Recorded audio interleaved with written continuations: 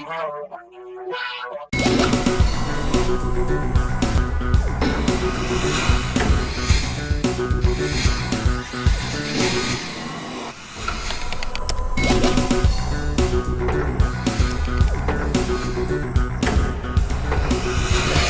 everybody and welcome to UC Tech Chat, where we discuss business technology, unified communications, and more for small and medium businesses. I am your host, Brian Ferguson. And I'm your co-host, Jason Mefford. Thank you for joining us. So today, Jason and I will be discussing something that is very important to every company out there, your phone lines. And specifically, we'll be talking about SIP trunking, what is important about SIP trunking, and how it can save your company money. Later, we'll check with Julie Webb as she answers a question about SIP trunking from Julie's inbox. Then we'll wrap up the show with our favorite 80s songs that talk about, you guessed it, phones. Phone calls, phone lines, or just calling folks. So let's get started. All right, so first a little background on SIP trunking. You know, SIP trunking is not about cocktails and tailgating. It's good you have that out of the way. So traditional phone lines or analog lines were traditionally delivered by your phone company, and those were great for voice, but they didn't do video at all. They didn't do any messaging or any other type of multimedia, and they were limited to one concurrent call per line, so very limiting.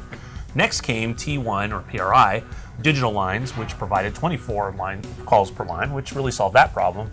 And they did deliver multimedia, video, instant messaging, and others, but they were really pretty expensive.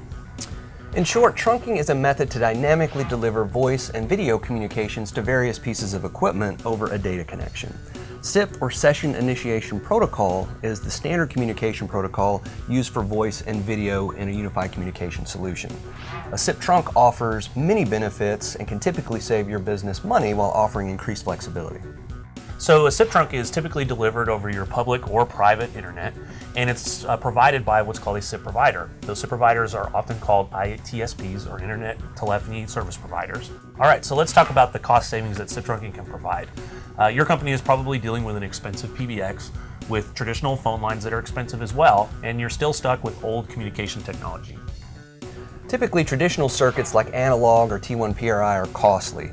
Charges for incoming phone lines, long distance, hardware, and maintenance fees also apply. Many of those costs can be drastically reduced or eliminated by using a SIP trunking provider. SIP trunking also eliminates the physical connection to the phone company.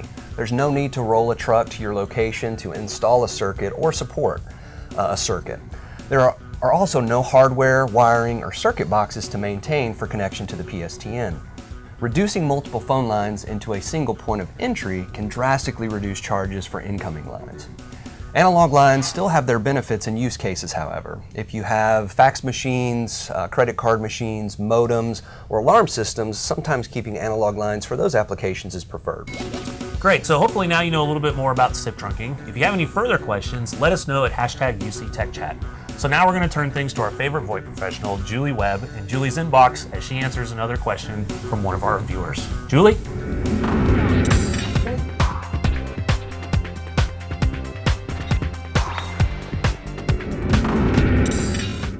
Thank you guys, that was super informative.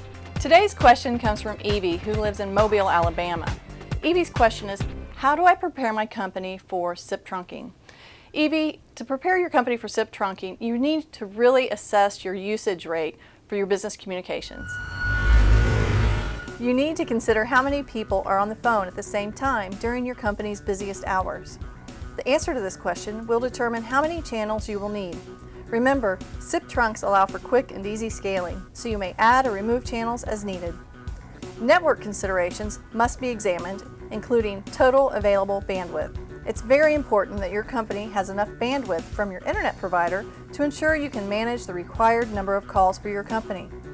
Many times, basic internet service is not enough. Equally important to bandwidth is quality of service, or QoS. QoS prioritizes your voice traffic and ensures that your phone calls are going to get the bandwidth needed, regardless of what else is happening on the network. A firewall is critical to maintain security both within a LAN and WAN. For safety, it is essential to add E911. Thank you for the question, Evie. And folks, if you have questions for us, please send them to #UCTechChat, and we'll either answer them here on the show or via Twitter. So Brian and Jason, my two favorite guys, have you ever noticed the number of phone-related 80s songs there are out there? Why don't you hit me up with some of your favorites? Okay, thanks, Julie. Well, let's go to the 80s, Jason. What are your favorite songs about telephone calls? So let's step into the 80s with one of the most popular phone songs of all time, Call Me by the band Blondie.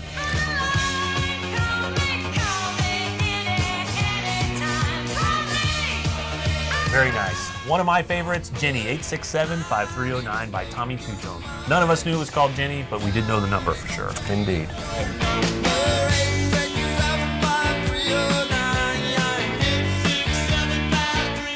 How about I Just Called to Say I Love You by Stevie Wonder, 1984. I just called to say I love you. All right, another one of my favorites, Mr. Telephone Man by New Edition.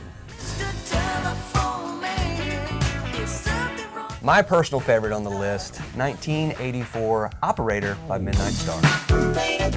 This is an emergency. You gonna sing a little bit of that for us? I would, but that would embarrass my family. You're probably right. So, a great one, Baby Don't Forget My Number by German pop dance duo Milli Vanilli. Don't forget my number. Don't ask me if they sang it, I don't care, I just want to dance. Speaking of dance, the telephone call from the German techno group Kraftwerk.